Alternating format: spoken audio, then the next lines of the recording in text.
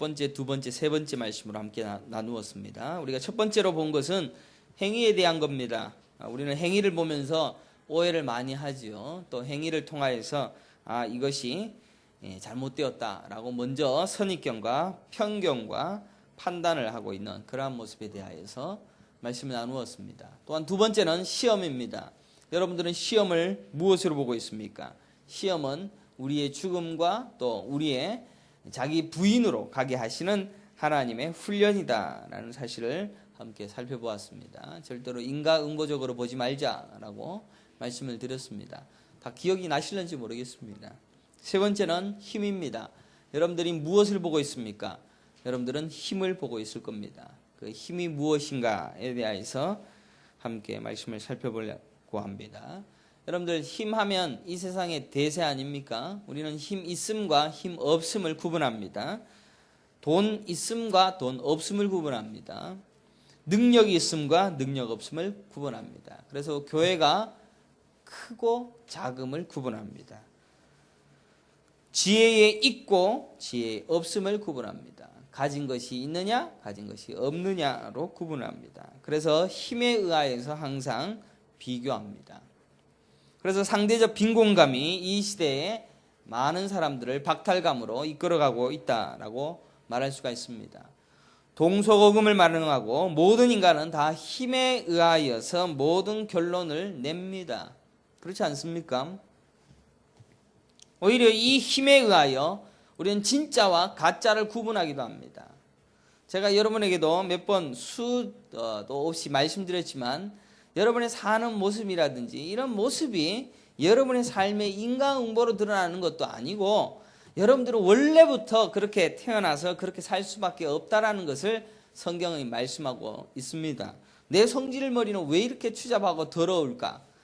여기에서 저 사람이 왜 이렇게 나쁜 사람일까? 라고 보는 것이 아니라 하나님은 그렇게 살도록 만들어 놓으셨다. 그래서 그것을 통하여서 자신의 방식대로 자신의 백성으로 만들어 가시고 있다는 것을 살펴보았습니다. 그럼에도 우리는 힘이 있고 없고를 구분하여서 없는 사람을 약한 사람, 아니 심지어 교회가 작으면 가짜고 교회가 크면 대세고 진짜라는 결론까지 내리게 됩니다. 그래서 우리는 항상 이러한 시각과 관점으로 우리 스스로 하나님이 말씀하시는 것과 상관없는 이론과 생각을 통하여서 열심히 판단하는 일에 여념이 없다라는 이야기입니다. 게다가 잘못되어진 것조차도 힘이 있으니까 그것을 진리라고 생각하는 죄까지 서스럼없이 짓고 있다는 사실을 깨달아야 됩니다. 성경은 그것을 죄라고 명시하고 있습니다. 힘이 있음과 없음에 의하여 우리가 진리를 결정해버리는 하나님됨, 선악과를 따먹어 내 스스로 판단하고자 하는 그러한 죄를 짓고 있다는 겁니다. 그런데 우리가 이 힘에 의하여 구분을 할 수밖에 없는 것은 죄인으로 태어났기 때문입니다. 어쩔 수 없는 한계입니다. 여러분들은 딱 보면 저거 좋은 것, 저거 나쁜 것, 또 저거 괜찮은 것, 저거 나쁜 것 구분하실 겁니다. 죄인이기 때문입니다. 여러분들 너무 여러분들이 판단이 대단하다라고 착각하지 마십시오. 사탄도 이러한 습성을 잘 알고 있습니다. 그래서 온 세상이 자본주의로 떠들고 있습니다. 모든 사람들은 가진 것이 대세요.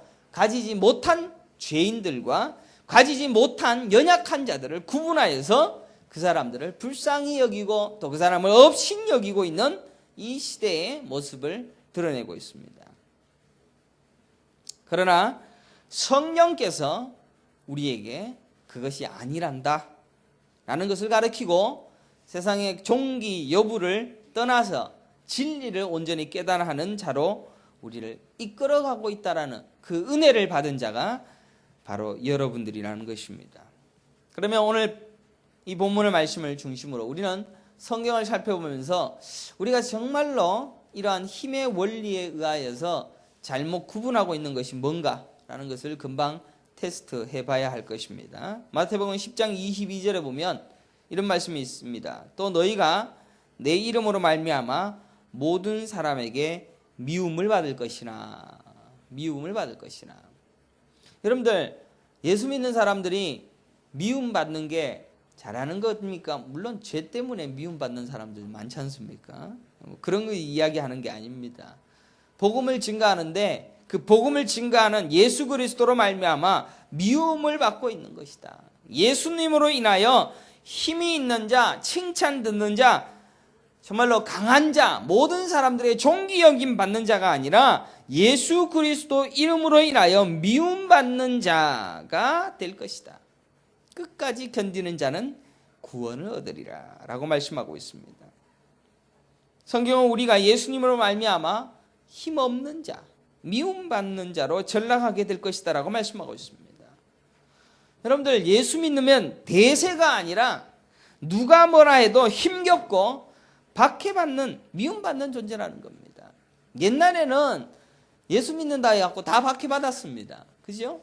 다 박해받았습니다. 요새는 예수 믿는다고 박해받습니까? 안 받습니까? 안 받습니다. 다 존경받습니다. 요새는 기독교인이라는 자체가 욕을 들어먹기는 합니다. 그것이 당연하다는 겁니다. 사랑하는 성도 여러분, 사람들에게 사랑받는 것을 기독교인의 특징이다라고 생각하고 있다면, 남들에게 존경받고 어디에서나 인정받는 존재가 기독교인이 되어야 한다라는 힘의 원리, 이거를 숭배하고 있다면 여러분들은 정말로 지금 잘못 보고 있는 겁니다. 그래서 이러한 구절은 아예 내팽개쳐버립니다. 미움을 왜 받습니까? 우리는 칭찬 들어야 돼. 예수 믿으면 그래도 적어도 이 정도는 살아줄 수 있다. 그래서 남들이 볼 때도 예수 믿으면 이 정도 수준이더라 라고 이야기를 해서 예수 믿는 사람들은 칭찬 들어야 되고 남들에게도 힘을 가진 모습으로 억압할 수 있는 정도의 수준으로 능력을 가진 자가 예수 믿는 자다. 힘의 원리로 보고 있다는 겁니다. 만약 성도 중에 미움을 받는다가 있다면 궁상맞는다고 이야기할 것입니다. 성경에서 미움을 받는다라는 말을 전혀 받아들이지 아니할 것입니다. 게다가 34절에 보면 내가 세상에 화평을 주러 온 줄로 생각하지 말라. 화평이 아니요 검을 주러 왔느라. 예수님께서 뭘 하러 왔습니까? 검을 주러 왔습니다. 근데 여러분의 인생에 화평이 오면 좋겠지 검이 왔으면 좋겠습니까? 안 좋겠습니까? 인생이 검으로 범벅이 되어져서 핍박의 종교고 많은 사람들에게 고통을 당하고 자기 부인으로 죽임당하는 그 검을 주러 오신 예수 그리스도가 내가 너희에게 화평을 주러 온 것이 아니라 검을 주러 왔다라고 이야기하는 이 말씀을 우리는 지워버립니다. 그건 성경 아니라고 이야기를 합니다. 성경은 분명히 우리로 자기 부인하라고 이야기합니다. 평화와 화평이 아니라 우리에게 죽음을 요구하면서 검을 주시고 계십니다. 세상에서 잘 되는 것과 힘을 가지는 것을 가르치고 있지 않습니다. 그것을 먼저 알게 되어진 목사가 여러분들에게 힘의 원리로서 잘됨과 행복함과 화평과 평화를 가진 성도에게 당신은 잘 가고 있습니다. 당신은 복받은 것입니다. 라고 한다면 저는 여러분을 지옥으로 이끄는 사탄이지 목사가 아닙니다. 그러나 오늘날에 수많은 목사들이 잘됨과 행복과 평화와 화평이 있는 그대들에게 복이 있을지어다 라고 하는 사탄 짓을 하고 있다는 사실을 간과하고 있습니다. 심지어 마태복음 7장 21절에 보면 나더러 주여 주여 하는 자마다 다 천국에 들어갈 것이 아니요 다만 하늘에 계신 내 아버지의 뜻대로 행하는 자라에 들어가리라. 그날에 많은 사람이 나더러 이르되 주여 주여 우리가 주의 이름으로 선지자 노릇하며 주의 이름으로 귀신을 쫓아내며 주의 이름으로 많은 권능을 행하지 아니하였나이까 하리니 그때 내가 그들에게 밝히 말하되 내가 너희를 도무지 알지 못하니 불법을 행하는 자들아 내게서 떠나가라 하리라 라고 기록하고 있습니다. 여기에서 보면 아버지의 뜻대로 행하는 자라야 천국에 간다라고 얘기합니다. 아버지의 뜻대로 행하는 게 뭡니까 여러분들? 아버지의 뜻대로 행하는 게 뭡니까? 반면 교회 안에 주여 주여 하는 자들이 많은데 불법을 행하는 자가 더 많다라는 사실을 예수님이 가르쳐주고 있습니다. 선지자 노릇합니다. 귀신을 쫓아냅니다. 주의 이름으로 권능을 행합니다. 여러분들 권능 행하고 귀신 쫓아내고 선지자 노릇하고 뭡니까? 대세입니다. 힘입니다. 능력 있는 겁니다. 오늘날의 교회들이 전부 불법을 행하고 있는지도 모릅니다. 그런데 그것을 쫓아내며 명하여 내게서 떠나가라 라고 말씀하고 있다는 겁니다. 그런데 왜 이러한 일들이 교회에 일어나는가? 지금 이 말씀은 전부 다 교회들에게 이야기하고 있습니다. 주여 주여 하는 자마다 떠나가라. 김영겸. 요한계시록은 정확하게 계시하고 있는 말씀이 뭡니까? 그럼에도 이 힘을 의지하고 있는 교회 안의 무리들이 저마다 소리를 내고 있는 시대에 살고 있다는 겁니다. 요한계시록 13장 1절에도 보면 내가 보니 바다에서 한 짐승이 나오는데 뿔이 10이요 머리가 7이라 그 뿔에는 10왕관이 있고 그 머리들에는 신성모독하는 이름들이 있더라. 내가 본 짐승은 표범과 비슷하고 그 발은 곰의 발 같고 그 입은 사자의 입 같은데 용이 자기의 능력과 보좌와 큰 권세를 그에게 주었더라. 그의 머리 하나가 상하여 죽게 된 것 같더니 그 죽게 되었던 상처가 나음에 온 땅이 놀랍게 여겨 짐승을 따르고. 여기에 보면 사탄이 나옵니다. 귀신이 나옵니다. 얘네들이 무슨 짓을 하냐면은 머리 하나가 상합니다. 상했다가 다시 낫습니다. 예수님하고 비스무리한 형태로 놀라운 권세와 능력을 가진 것처럼 드러내고 있습니다. 또 5절에 보면 또 짐승이 과장되고 신성모독을 말하는 입을 받고 또 42달 동안 일할 권세를 받았느니라. 42달이 뭡니까? 한때, 두때, 반때. 네? 에스겔서에 나온 42달. 바로 교회 시대를 이야기하고 있습니다. 교회 시대 동안에 사탄이 권세를 받아서 이 땅을 미혹하게 되어진다라는 이야기입니다. 6절에 짐승이 입을 벌려 하나님을 향하여 비방하되 그의 이름과 그의 장막 곧 하늘에 사는 자들을 비방하더라. 또 권세를 받아 성도들과 싸워 이기게 되고. 여러분들 성도가 싸워서 이깁니까? 집니까? 제가 뭔 말 한지 듣고 있습니까? 네? 사탄이 성도들과 싸워서 이깁니까? 집니까? 사탄이 이깁니까? 성도가 이깁니까? 사탄이 이기지 않습니까? 지금 여기에 보면은 얼마나 무섭습니까? 사탄이 이기는 모습으로 교회 시대에 교인들이 죽어나가고 있는 모습을 드러내고 있습니다. 7절에 보면 또 권세를 받아 성도들과 싸워 이기게 되고 각 족속과 백성과 방언과 나라를 다스리는 권세를, 여기를 전부 다 다스리는 게 누구라고? 사탄이 다스립니다. 8절에 죽임을 당한 어린 양의 생명책에 창세 이후로 이름이 기록되지 못하고 이 땅에 사는 자들은 다 그 짐승에게 경배하리라. 아니 선택받지 못한 모든 자들은 전부 다 그 사탄에게 경배합니다. 그리고 9절에는 누구든지 귀가 있거든 들을지어다. 여기에 사탄의 모습을 자세히 들여다보면 전부 하나님의 모습을 흉내내고 있습니다. 성부 하나님, 성자 하나님, 성령 하나님, 삼위일체 되신 예수님의 모습을 그대로 흉내내고 있다는 겁니다. 하나가 상하였다가 다시 살아납니다. 예수님의 모습입니다. 예수를 흉내냅니다. 그리고 그것을 경배하게 하는 어떤 짐승이 등장합니다. 게다가 그가 일하는 기간이 42달입니다. 교회 시대입니다. 여러분들 삼위일체 되신 하나님을 흉내내고 있는 사탄에게 미혹되는 자가 누구겠습니까? 성도입니다. 교회입니다. 여러분들 세상에 바깥 사람들이 사탄의 자식이라고 생각합니까? 교회 안에 하나님을 흉내내고 있는 어떤 그것을 섬기더라는 겁니다.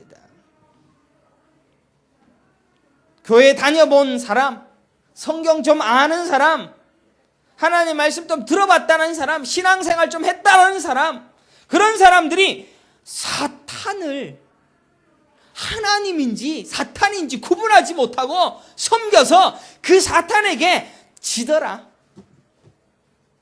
사탄을 숭배하더라.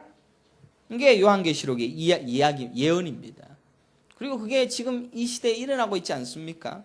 결국 교회 안에서의 힘의 논리가 뭡니까? 힘의 논리는 전부 다 사탄이 우리를 속이고 있는 겁니다. 과장되어진 어떤 능력을 숭배하는 세력들이 이 땅 가운데 가득 있는데 어디에? 교회 안에 가득하게 있다는 겁니다. 여러분은 사탄을 이기고 승리해서 그것을 송두리째 뽑아내어 우리는 성공하고 복받고 힘있는 그런 그리스도인이 될 것이다라고 생각했습니까? 성경은 그렇게 이야기하지 않습니다. 성경은 오히려 그들에게 목배임을 당하고 그들에게 승리하지 못하고 매일매일 그들에게 지며 그들에게 죽여버리는 장면으로 교회가 고통당하게 되어 핍박당하고 있다라고 이야기하고 있습니다. 오늘날 교회가 핍박받지 않는다라고 해서 오늘날 이 교회가 괜찮은 것이다라고 생각할는지 몰라도 우리는 지금 핍박당하고 있습니다. 우리 모두가 핍박당하고 있습니다. 자본주의에 의해 핍박당하고 큰 교회에 의하여 핍박당하고 있으며 대세에 의하여 핍박받고 있습니다. 요한계시록 13장 15절에 그가 권세를 받아 그 짐승의 우상에게 생기를 주어 그 짐승의 우상으로 말하게 하고 또 짐승의 우상에게 경배하지 아니하는 자는 몇이든지 다 죽이게 하더라. 누가 죽습니까? 진짜 성도들이 죽습니다. 그럼 여러분들은 어떻게 진짜 성도라면 어떻게 됩니까? 죽는 겁니다. 16절에 그가 모든 자 곧 작은 자나 큰 자나 부자나 가난한 자나 자유인이나 종들에게 그 오른손에나 이마에 표를 받게 하고 누구든지 이 표를 가진 자 외에는 매매를 못하게 하니 이 표는 곧 짐승의 이름이나 그 이름의 수라. 지혜가 여기 있으니 총명한 자는 그 짐승의 수를 세어보라. 그것은 사람의 수니 그의 수는 666이니라. 교회 안에 여러분들 7이 뭡니까? 완전수가 7입니다. 그래서 하나님께서 천지창조를 하신 날도 7입니다. 그런데 그 7을 약간 변개합니다. 안식이 없는 6이라는 숫자가 3번 나옵니다. 3이 뭡니까? 성부 하나님, 성자 하나님, 성령 하나님, 3입니다. 이게 777이 될 때 하나님을 표현하는 숫자라면 666은 약간 모자라지만 하나님을 흉내내고 성부 하나님을 흉내내는 어떤 사탄의 무리가 미혹하기 위하여 만들어낸 숫자가 666이라는 이야기입니다. 그러면 이 666이라는 숫자를 약간 미혹해서 그것에 이끌림을 받을 자들이 누구입니까? 전부 다 교회 안에 있는 사람들입니다. 7이라는 숫자도 알고 3이라는 삼위일체도 알고 있는 신자들이 666에 미혹되더라는 이야기입니다. 여러분들 이 말씀 들으면 신앙생활 어떻게 해야 될지 심각하게 고민해 봐야 되지 않겠습니까? 여러분들이 진짜 무엇을 믿고 있는지 심각하게 고민해 봐야 되지 않겠습니까? 하나님과 비스무리하지만 뭔가 진리에서 벗어난 어떤 것을 숭배하고 있는 교인들을 지칭하고 있습니다. 성경에 보니까 작은 자나 큰 자나 부자나 가난한 자나 자유인이나 종들에게 그 오른손에 이마에 표를 받게 한다라고 말하고 있습니다. 누가 그 표를 받겠습니까?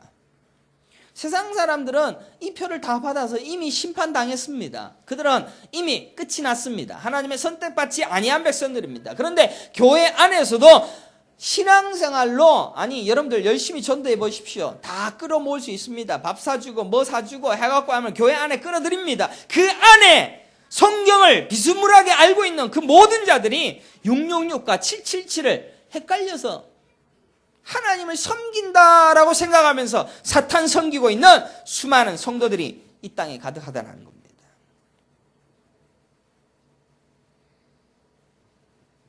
이 땅에서 기적과 기복 이런 것 쫓으면서 영광받고 사랑받으며 존귀 여김받아서 힘을 가진 어떤 존재로 세워질 것을 기대하고 가르칩니다. 다 가짜입니다. 전부 사탄이 숨겨놓은 속임수에 전부 속아서 결국 666을 쫓는 자입니다. 다 666 표를 받아서 다 멸망할 자입니다. 그것은 사탄이 이미 예수님께 시험한 내용과 동일한 내용입니다. 여러분들 예수님께 사탄이 뭘 시험합니까? 첫 번째 뭡니까? 돌로 뭐 만들라? 떡 만들라. 그죠? 현겸아, 그지? 두 번째는 뭡니까? 성전에서 뛰어내려라. 그러면은 절대로 몸에 안 다칠 거다. 세 번째 뭡니까? 사탄에게 절해라. 그럼 내가 천하를 다 줄게. 이 세 가지입니다. 이 세 가지의 유혹에 대해서 우리 교회들이 어떤 짓을 하는지 한번 보십시오. 우리가 당장 배고픔에 허덕일 때 더 많은 것으로 채워지게 해달라고 하나님 앞에 주여 그럽니다. 돌 보고 떡 만들어 달라고 합니다. 심지어 어떤 개척교회 목사는 돌 들고, 전에도 예화 썼지 않습니까? 돌 들고 산에 올라가서 빚이 너무 많으니까 금덩어리로 바꿔달라고 열심히 금식하면서 기도했다가 굶어 죽었다라는 그런 이야기 들어봤지 않습니까? 돌로 떡 만들어 달라고 하고 돌로 금 만들어 달라고 하는 이 헛짓거리하고 있는 교회들이 전부 다 이 사탄의 시험에 다 넘어간 겁니다. 오직 하나님의 말씀만 먹어라. 예? 예수님은 그렇게 시험을 넘겼는데 오늘날 교회들은 뭡니까? 목사가 다 헌금 갖고 오라 그럽니다. 집사님, 이번에는 이거 갖고는 1000배 못 만들어요. 정성이 부족하니까 더 갖고 오시라고 이야기합니다. 전부 사탄의 짓을 하고 있습니다. 병이 낫는 것, 어떤 고난과 고통 속에서 오히려 극복되어지고 부활의 힘과 권세를 얻고자 기도합니다. 기도하게 합니다. 주여 주여, 우리에게 병이 낫게 하여 주시고 기적과 같은 일이 일어나게 하여 주시고 넘어져도 하늘에서 떨어져도 죽지 않게 하옵소서. 성전에서 뛰어내려도 다치지 아니할 것이다라는 사탄의 유혹, 거기에 픽픽 쓰러져서 전부 다 그것 바라고 있습니다. 세상에서 존귀 여김받아 힘과 권세를 가지고 정복하여서 남들에게 존귀 여김받아 힘과 권세를 가지고 많은 사람들에게 인정받는 그런 사람이 되게 하여 주시옵소서 라고 기도하는 그 사탄에게 절하여 천하를 얻고자 하는 그 시험에 전부 다 픽픽 쓰러져 죽어가고 있는 시대에 살고 있습니다. 이 세 가지가 여러분들 교회 안에 있습니까? 없습니까? 여러분들 CTS TV 보시고 CBS 보시고 한번 TV를 한번 들다 보십시오. 큰 교회 목사들 설교 한번 들어보십시오. 전부 그것을 향하여서 가게끔 하는 사탄의 우두머리가 설교하고 있는데 복음이 뒤섞여서 이 교회가 진짜인지 저 교회가 진짜인지 헷갈려. 그래도 이 교회는 나는 괜찮다라고 생각하고 있습니다. 사탄에게 절하여 천하를 가지고자 하는 사람들, 돌로 떡을 먹고자 하는 사람들, 병도 나을 수 있는 그런 권세를 가진 예수님을 쫓아 나아가고 있는 이 시대에 교회는 찾을 수가 없습니다. 예수님은 오히려 그러한 모든 시험에 말씀으로 이겼습니다. 말씀으로 살아. 오직 경배할 대상은 예수님밖에, 하나님밖에 없어. 오히려 그러한 모든 시험을 이겨내시고 예수님은 어디로 가셨습니까? 십자가에 못 박혀 죽으셨습니다. 죽어서 승리하신 분입니다. 우리도 십자가에 죽어서 승리하게 되어질 그 은혜를 생각하지 아니하고 마귀가 쳐놓은 덫에 전부 빠뜨려서 전부 666을 다 섬기고 있다는 겁니다. 살아계신 하나님을 섬기기보다 666을 섬기는 사탄의 무리가 교회 안에 가득합니다. 여러분들 교회 간판 달았다라고 다 교회라고 보시면 곤란합니다. 이단 잘못됐죠. 그러나 오늘날의 모든 교회들 중에서 진짜 교회들 몇 교회가 있겠습니까? 교회 안에 그것 있다고 말하는 성경을 보면서 우리는 과연 어떤 생각을 하면서 이 시대의 교회를 보고 있는가? 힘을 보고 있는가? 여러분 제일 강소교회가 교회인가? 생각해 봅니다. 적어도 보혈과 십자가만 말합니다. 여러분에게 문제가 해결될 것이다라고 이야기하고 있지 않습니다. 날마다 죽으라고 말합니다. 비참하게 최후를 맞더라도 끝까지 주님의 영광만을 위하여 작아지고 사라지고 없어지라고만 말합니다. 그래서 우리 교회가 힘을 가지기 위해 노력합니까? 병자를 위하여 기도해주고 멋있고 훌륭한 삶을 살도록 긍정의 힘을 가르치고 있으며 목적이 이끄는 멋진 삶을 누가 봐도 존경받을 삶을 살라라고 제가 한 번이라도 이야기합니까? 우리 교회 주변에 화려하고 멋있는 교회 있습니다. 그 교회들은 곧 10,000명이 될 겁니다. 매주 들어오는 헌금이 한 주에 3억입니다. 매주 새 신자가 몇백 명이 들어옵니다. 대단한 교회이고 대단한 목사이고 힘이 있는 교회이고 칭찬 듣는 교회입니다. 사탄은 오히려 우리에게 그런 힘 있는 교회들의 모습을 통하여 진짜와 가짜를 헷갈리게 합니다. 아니 저렇게 있는 것도 교회인데 왜 우리 교회는 자꾸 죽으라고 하는지. 성질나서 내가 교회 못 다니겠습니다. 사랑하는 성도 여러분, 예수님께서 이 땅에 오셨을 때 그 빛을 알아보는 자가 있었습니까? 없었습니까? 아무도 못 봤습니다. 오늘 본문은 빛이 어둠에 빛이 돼 어둠이 깨닫지 못하라. 빛이 들어오면 다 볼 수밖에 없는데 어둠이 깨닫지 못합니다. 이 말씀은 우리의 상식선으로 이해할 수 없는 말입니다. 인간은 절대로 스스로 복음을 깨달을 수가 없습니다. 그래서 힘을 보면 그것으로 착각을 합니다. 성령께서 자신의 백성이라는 미리 작전된 계획이 없고야 성령께서 그 빛을 나에게 가르쳐 주시기는 그 일이 없고야 우리는 절대로 이 하나님이 말씀하신 것을 깨달을 수가 없습니다. 받아들일 수가 없습니다. 요한복음 1장 6절에 보면 하나님께로부터 보내심을 받은 사람이 있으니 그의 이름은 요한이라. 그가 증언하러 왔으니 그 빛에 대하여 증언하고 모든 사람이 자기로 말미암아 믿게 하려 함이라. 빛이신 예수 그리스도가 왔는데 예수님 자체면은 다 깨달을 수가 있을 거라고 생각을 했는데 그것을 설명해 주는 어떤 한 사람을 불러서 그가 예수를 가르치게 했습니다. 마찬가지로 예수 그리스도가 빛이다 라는 사실을 가르쳐 주게 되어지는 그 일을 하시는 분이 누구십니까? 성령 하나님이십니다. 여러분이 예수님을 나의 구주로 모시고 그분을 따라서 십자가에 죽는 삶을 마다하지 않겠습니다. 나의 죽음도 유익합니다. 그 고백을 하게 하시는 분은 예수님, 성령님입니다. 우리 스스로 판단하는 건 뭡니까? 물 좀 갖다 주세요.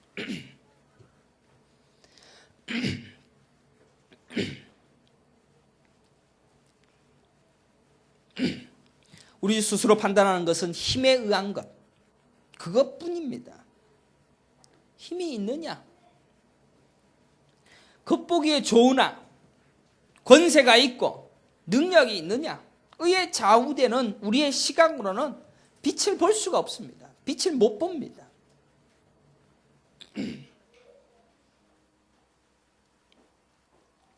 요한복음 14장 16절에 내가 아버지께 구하겠으니 그가 또 다른 보혜사를 너희에게 주사 영원토록 너희와 함께 있게 하리니 그는 진리의 영이라. 세상은 능히 그를 받지 못하나니 이는 그를 보지도 못하고 알지도 못함이라. 그러나 너희는 그를 아나니 그는 너희와 함께 거하시며 또 너희 속에 계시겠음이라 라고 기록합니다.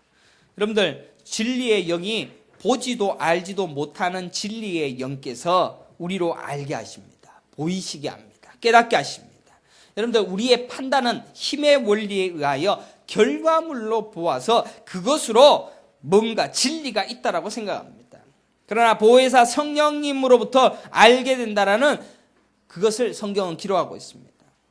26절에도 보면 보혜사 곧 아버지께서 내 이름으로 보내실 성령 그가 너희에게 모든 것을 가르치고 내가 너희에게 말한 모든 것을 생각나게 하리라. 누가요? 성령께서.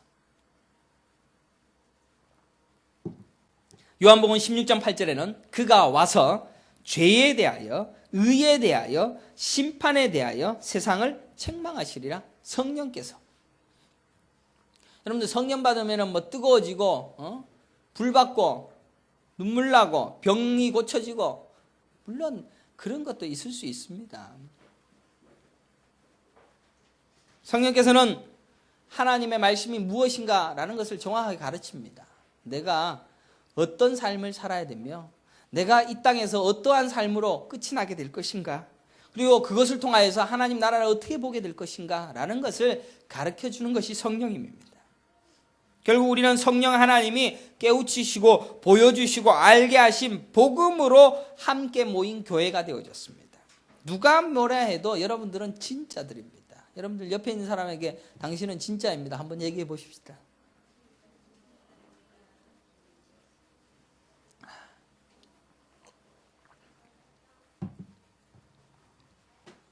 누가 뭐래도 진짜라는 확신을 가지십시오. 진짜. 근데 진짜인데 힘이 없어. 맨날 죽어야 돼. 아니 진짜면은 뭔가 확신을 가지고 이 땅에 대세가 되어줬으면 좋겠는데 진짜인데 남들이 다 핍박을 해. 남들이 다 아프게 해. 너는 가짜라고 이야기를 손가락질을 받는 그런 연약한 자리에 있습니다. 우리 예수님이 그걸 나로 말미암아 너희들이 핍박받을 거니까 참고 인내해. 그런데 아직도 우리가 진짜가 아닌 것 같고 아직도 화려하고 힘이 있는 것이 진짜라고 믿어집니다. 내가 아직 성령님이 나를 가르치고 이게 진짜라는 것을 깨닫게 하여 주시는 성령이 나를 가르치고 있지 않다. 빌립보서 2장 9절에도 이러므로 하나님이 그를 지극히 높여 모든 이름 위에 뛰어난 이름을 주사 하늘에 있는 자들과 땅에 있는 자들과 땅 아래에 있는 자들로 모든 무릎을 예수의 이름에 꿇게 하시고 모든 입으로 예수 그리스도를 주라 시인하여 하나님 아버지께 영광을 돌리게 하셨느니라. 여러분들 예수님을 나의 구주로 시인하는 것 누가 하십니까? 그분이 하시는 겁니다. 여러분들 스스로는 내가 진짜라고 고백할 수도 없으며 내가 그분이 예수 그리스도라고 고백할 수도 없습니다. 그리스도를 주라 시인하게 하시는 하나님이 하시겠다라는 말씀, 그것으로 여러분들의 판단과 여러분의 보는 것과 우리의 시각으로는 도무지 알 수가 없다라는 것을 명확히 가르칩니다. 이 땅에는 아직도 힘으로 우리를 미혹하는 수많은 사탄의 괴계가 있습니다. 그것은 교회에서 시작됩니다. 아무것도 모르는 이들을 미혹하는 것 아닙니다. 아무것도 모르는 이들은 이미 심판받았습니다. 그들의 끝은 정해져 있습니다. 그런데 교회 안에 미혹해 되어지는 영에 의하여 교회 안에서 종교행위라는 무기와 종교심이라는 자기 의와 자기 판단에 근거한 신앙생활을 하는 이들이 사탄의 미혹을 받아서 우리를 지금 미혹하고 있다는 것입니다. 이 시대에 진지한 신앙생활이 어디에 있습니까? 진지한 신앙생활이 있습니까? 전부 복 받는 데 관심이 많습니다. 돌아가면 우리가 뭘 해야 될지 또 우리가 무엇을 누려야 할지에 대한 관심, 세상의 힘과 권세를 쌓는 것에 더 관심이 많습니다. 어떻게 하면 교회를 통하여서 우리의 삶이 행복할 수 있을까? 부부 생활 세미나를 합니다. 물론 해야 되겠죠. 교회 안에 버젓이 부부가 어떻게 이 땅에서 잘 먹고 잘 살고 행복하고 멋있고 폼나는 이야기, 그런 인생을 살 수 있을까? 교회가 얼마나 오염되었는지 여러분들 명확히 깨달아야 됩니다. 힘이 있으면 뭐합니까? 힘을 가진 교회들이 하는 짓이 뭡니까? 이쪽의 힘과 저쪽의 힘이 대립을 합니다. 여러분들 교회가 대립을 한다면 교회입니까?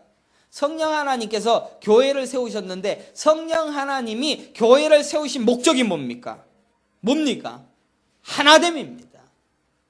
교회가 분리되어 있다는 것은 교회가 아니라는 겁니다. 교회 성도들이 아프면 내가 아픈 것이고 교회 성도가 눈물이 나면 내가 눈물이 나는 겁니다. 가난하게 살면 같이 가난해서 같이 도워서 어떻게든 같이 살아보려고 하는 그런 마음이 하나입니다. 그게 교회입니다. 전적인 하나됨을 이루어가는 것이 교회인데 서로 비방하고 서로 미워하고 시기하고 질투하고 교회가 분열되어서 3분 5열로 매일매일 갈라져서 욕하는 것이 교회입니다. 그러기에 교회가 분열을 경험하는 순간 교회가 아니구나, 이거는 힘을 위하여서 모인 곳이구나 판단해야 됩니다. 판단하십시오. 성령이 하나 되게 하시는 일을 방해하는 나의 생각과 저들의 생각이 전부 사탄이구나 라는 것을 기억해야 됩니다. 그래서 저도 교회를 처음 개통하면서부터 드는 생각은 100명 넘어가면 안 되겠구나. 우리 스스로 힘을 분리해서 서로 싸우게 된다면 목사가 할 일이 아니구나. 하나님을 경험해야 되는데 장로파가 분리되고 목사파가 분리되고 집사파가 분리되어지는 그 일을 해서는 안 되겠구나. 큰 교회됨을 위하여서 목사가 분주할 것이 아니라 하나됨을 위하여 분주해야 되겠구나. 힘을 가지면 분립되어지고 힘이 없으면 하나님 앞에 서로 죽으면 서로 당신이 맞습니다 라고 하면 하나가 될 텐데 목사가 이렇게 서로 부인하고 자기 십자가를 지고 서로 섬겨주고 서로 품어주고 안아주고 설교하는 그 설교만 그대로 순종만 해도 얼마나 하나가 되겠습니까? 우리 교회는 진짜 하나 되어지는 교회가 될 줄 믿습니다. 성령께서 오셔서 이 땅에 교회를 세워가실 텐데 하나됨을 경험케 하기 위하여 그분의 일을 이 교회 가운데 시작하실 겁니다. 그런데 교회가 자기 주장들만 옳다 여김받기 위하여 소리 지르고 있다면 교회가 아니다라는 겁니다. 교회가 가난한 성도가 있습니다. 그러면 먹을 것이 없는데 그 먹을 것을 위하여 헌금해야 되지 않겠습니까? 학비가 없다면 그것을 위하여서 헌금해야 되지 않겠습니까? 초대교회는 뭡니까? 니 거 내 거 없이 전부 다 같이 나누어서 먹고, 그래서 거기에서 공산주의가 나왔다라고 또 희한한 소리를 하고 있지. 고린도 교회도 그런 일을 위하여 구제하는 일에 연보를 보내었다라고 기록하고 있습니다. 여러분들 교회가 재정이 넘치니까 뭐 하는지 압니까? 땅 사서 남보란 듯이 더 크고 훌륭하고 멋있게 지어야 한다는 그 생각을 하는 것이 결국은 힘의 원리에 의하여 사탄의 미혹에 빠진 모습만을 보여주고 있는 겁니다. 가난한 자가 사업을 할 수 있도록 지원도 해주고 같이 먹고 살 수 있도록 하는 일에 왜 힘을 쓰지 않을까요? 여러분들 큰 교회가 퐁퐁 사주고 뭐 사주고 세제 사주고 적선하는 것도 아니고 그런 거 가지고 뭐 어떻게 하겠다라고 지 교회 반으로 줄여서 땅 팔아서 같이 먹고 살고 할 수 있도록 해주는 게 훨씬 낫지 않을까요? 5천억짜리 교회당을 지어야 하겠습니까? 그죠? 5천억짜리 1억만 5천 가정에게 나눠줘 보십시오. 5천 가정이 다 같이 1억 가지고 사업을 해갖고 같이 먹고 살 수 있지 않겠습니까? 먹고 사는 게 중요한 건 아니지만 제가 섬기던 목사님은 그 뭡니까? 예루살렘 교회입니까? 임마누엘 교회입니까? 600억 들여서 교회를 건축했을 때 그 목사님은 300억을 뚝 잘라서 목사를 1억을 들여서 제대로 된 목사를 300명을 키우면 얼마나 좋겠냐, 그런 생각을 설교로 하시더라고요. 참 좋은 생각 아닙니까? 힘을 위주로 살아가니까 사탄의 회가 교회 안에 있더라는 겁니다. 우리 교회가 앞으로 어떻게 될런지 모르겠습니다. 재정이 남아서 땅을 살 수밖에 없다 라고 한다면 또 땅을 사서 또 그것을 키워서 또 이쪽 지역이 또 사람이 유입하니까 또 얼마나 큰 교회가 되어질지 기대할 수도 있을지 모릅니다. 여러분들 기대하지 마십시오. 이 목사가 있는 한 이 교회는 100명을 넘기지 못할 겁니다. 100명을 넘기면 안 됩니다. 100명이 넘어가면 빨리 개척을 하든지 분리를 하든지, 힘을 위주로 살아가는, 물론 우리가 결단을 하고 결심을 해갖고 우리가 진짜 교회됨을 이루겠다, 그거 뭐 바람직하지는 않겠지만은, 목사들이 얼마나 높은 자리에 있는지 압니까? 목사는 가르치는 일을 위하여 세워진 또 다른 지체일 뿐입니다. 제 생각은 변함이 없습니다. 여러분들 설거지를 하시는 분이나 밥을 하시는 분, 교회 청소하시는 분, 주차를 도와주시는 분, 재정 맡으신 분, 같은 지체로서 같은 말씀을 가르칠 뿐이고, 저는 말씀을 가르치는 지체로서 여러분 중에서 이 자리에 서서 하나님의 말씀이 선포되어지는 그런 통로로 사용될 뿐입니다. 여러분들과 함께 하나됨입니다. 예수님이 머리고, 그리고 나는 여러분들과 함께 양됨입니다. 근데 목사가 목자라고 해요. 목자. 예? 목사 보고 목자라고 하는 성경 구절이 어디에 있습니까? 목자는 예수님밖에 없으십니다. 목사를 존경하지 마십시오. 여러분들 존경하지 마십시오. 목사를 대단한 사람으로 취급하지 마십시오. 그냥 여러분들과 똑같은 사람 중에 말씀을 좀 더 연구하는 시간들을 많이 가져서 그 말씀을 증거하는 자로 세움받은 사람이다 라고 보시면 됩니다. 만약에 목사를 높이는 순간부터 교회됨을 추구하는 것이 아니라 힘을 쫓고 있다는 것을 명심해야 됩니다. 힘 쫓고 있다는 것. 그래서 목사 세우고 장로 세우고 그 위에 다단계로 세워서 힘을 쫓는 어떤 무리들로 만들어 가려고 하고 있는 우리의 본성을 기억해야 됩니다. 목사들은 이런 얘기를 하지 않습니까? 나는 좀 성스럽고 다르다. 그래서 어떤 집사가 당신은 이런 사업을 하시면 대박이 나실 겁니다. 내가 하나님께서 심지어 그런 것도 오늘 하나님께서 기관지염을 낫게 해주신다라고 합니다. 다음 주에는 생리통을 낫게 해주시겠다고 하십니다. 오늘 기관지염 있는 분들은 다 앞으로 나오십시오.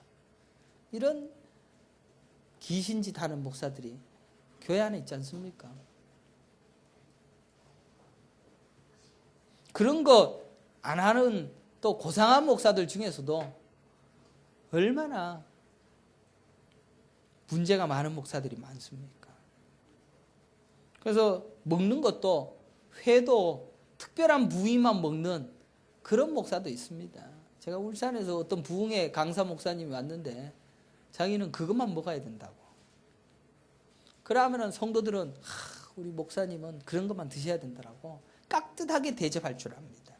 여러분들, 제가 여러분들의 충성을 받아내려고 하면은 제가 여러분들에게 독한 소리도 하면서 당신들 이런 식으로 하면 안 된다고 강단에서 떠들면은 반드시 하게 돼 있습니다. 강대상이 이렇게 높은 데서 카리스마 있게 설교하면은 여러분들이 따라오게 돼 있습니다. 그걸 잘 이용하는 사람들이 그렇게 합니다. 목사가 또 교회에서 주는 사례로만 살아야 된다는 말이 또 무슨 말입니까? 제사장이 옛날에 레위인들은 그것만 먹고 살았습니다. 그러니까 그 11조와 성전세 그것만 가지고 레위인들이 살았지. 목사가 레위인입니까? 목사가 왜 레위인입니까? 기가 막힌 이야기를 하고 있습니다. 외국의 목사들은 다 지가 먹고 살 거는 적당하게 지가 다 알아서 먹고 삽니다. 그리고 말씀을 준비해서 같이 양육해서 교회를 세워갑니다. 유독 한국 교회는 목사가 대단히 신령한 사람으로 취급받아서 헌금으로만 먹고 사는 아주 고상한 사람으로 알고 있습니다. 같이 일하여서 11조 내고 같이 일하여서 가난한 자들을 돕고 도와도 대충 돕지 말고 제대로 좀 도와주고 퐁퐁 같은 거 사주지 말고 제대로 사업할 수 있도록 도와주고 그게 하나됨을 이루는 교회 아니겠습니까? 도와줬다고 또 목에 힘 딱 주고 있는 게 아니고 내게 네 깨고 네게 내 깨인 그런 교회로 하나됨을 이루는 교회. 목사란 또 다른 신을 세워놓고 그 신을 떠받드는 장로와 그것을 유지하기 위하여 화려한 성을 짓고 있는 오늘날의 교회 다 가짜입니다. 여러분들 명확히 아셔야 됩니다. 고상하지요.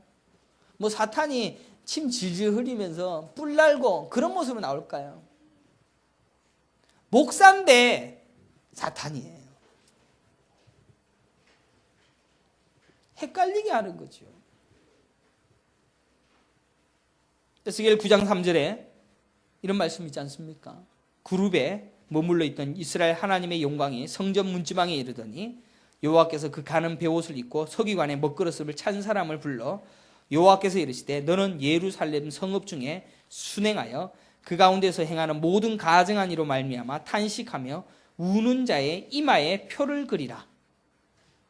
여기에서 우는 자가 나옵니다. 우는 자. 탄식하면서 우는 자. 이런 사람이 힘 있는 사람입니까? 힘 없는 사람입니까? 그런 사람에게 이마에 표를 합니다.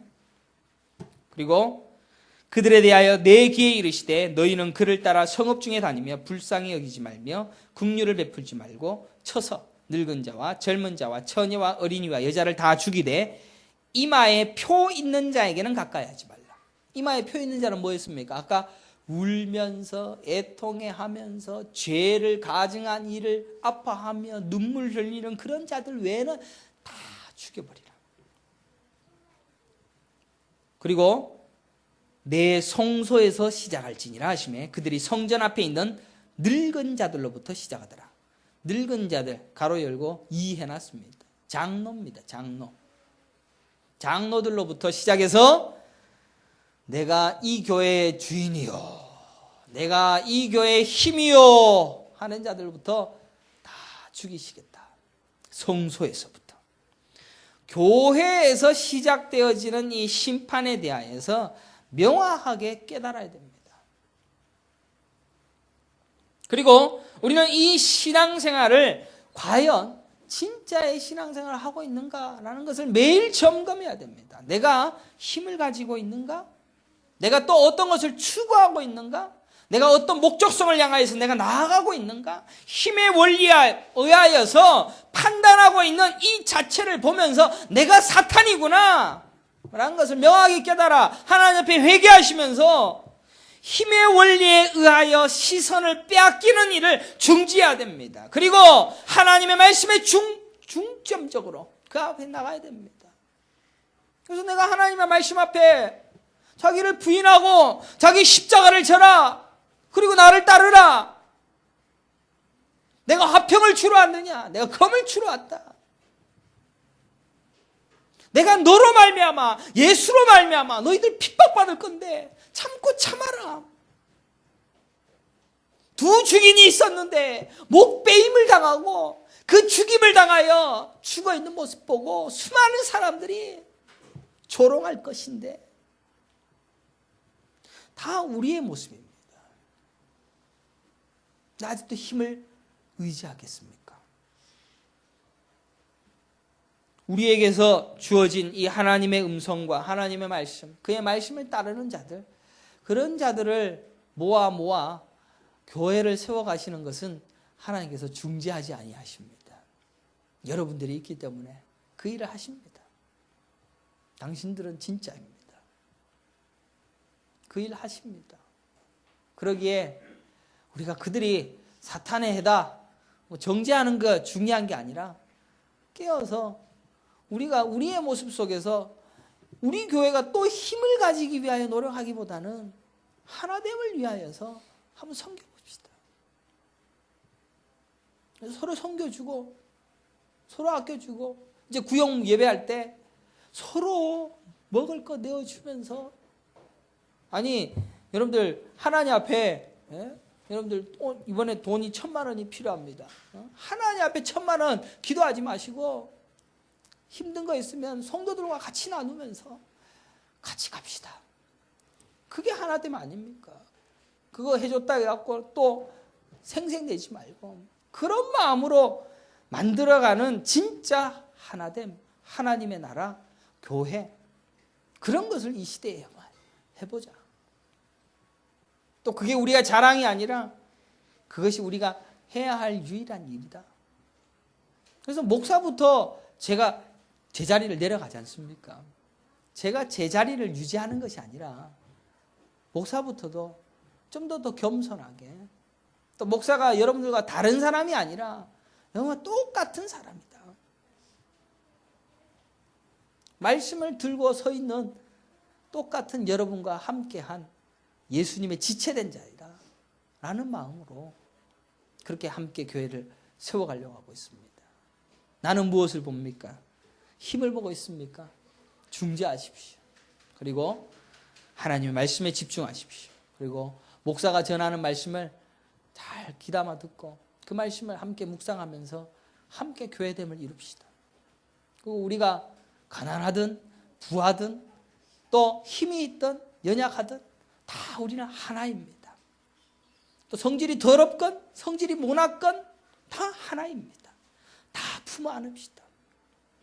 다 품어 안고 그 하나됨을 이루는 힘이 아닌 하나님이 원하시는 그런 교회를 꿈꾸면서 교회됨을 섬겨나갈 수 있는 그런 믿음의 성도들이 되시기를 간절히 축원합니다. 기도하겠습니다. 걸어가시고 존귀하신 여호와 하나님 아버지 감사합니다. 참 우리는 힘을 볼 수밖에 없는 죄인들입니다. 이 교회도 힘이 있고 저 교회도 힘이 있고 우리 교회는 아닌 것 같다라는 그런 생각으로 참 우리 스스로를 힘겹게 하는 그런 연약함들이 있습니다. 그러나 이런 힘들을 다 제거하고 진짜 하나됨을 위하여 세워진 그 교회를 섬겨나가고 내가 진짜이다라는 그 확신 가운데 하나님을 더 깊이 섬겨나갈 수 있는 그런 믿음의 성도들이 되어지기를 간절히 기대합니다. 목사도 이 시대가 말하고 있는 목사가 되기를 원하지 아니하며 이 시대에 말하는 지체됨과 서로 하나가 되어짐, 서로 섬겨주는 그러한 지체로서의 목사로서 함께 한자리 내려와 모두가 하나가 되어지는 그런 교회를 꿈꿉니다. 제일강소교회가 그런 교회가 되어지기를 원합니다. 세상이 말하고 있는 그런 교회보다도 하나님이 말씀해 주신 그런 교회가 되고자 하니 많은 사람들이 욕할 것입니다. 또한 많은 사람들이 손가락질할 것이며 또 우리를 조롱할 것입니다. 심지어 우리가 죽임을 당할 수도 있을 것입니다. 그러나 두려워 말고 하나님이 말씀하신 것만을 쫓아 믿음으로 결단하며 그 의지와 그 결단으로 하나님께서 이루실 그 교회됨을 온전히 이루어갈 수 있는 복된 믿음의 성도들이 되어줄 수 있도록 인도하여 주시옵소서. 딴 데 눈을 돌리지 말며 또한 오직 하나님의 말씀만을 사모하며 그 말씀이 우리에게 가르치신 바를 쫓아서 믿음으로 시험받을 수 있는 그러한 은혜의 성도들이 되어지기를 원하옵고 하나님 말씀을 더 가까이 나아가며 주의 말씀 앞에 더욱더 부복하여 엎드려 하나님의 크신 은혜를 날마다 갈구하며 소망할 수 있는 믿음의 성도들이 다 되어질 수 있도록 복을 내려 주시옵소서. 감사하고 예수 그리스도의 이름으로 간절히 기도드리옵나이다. 아멘.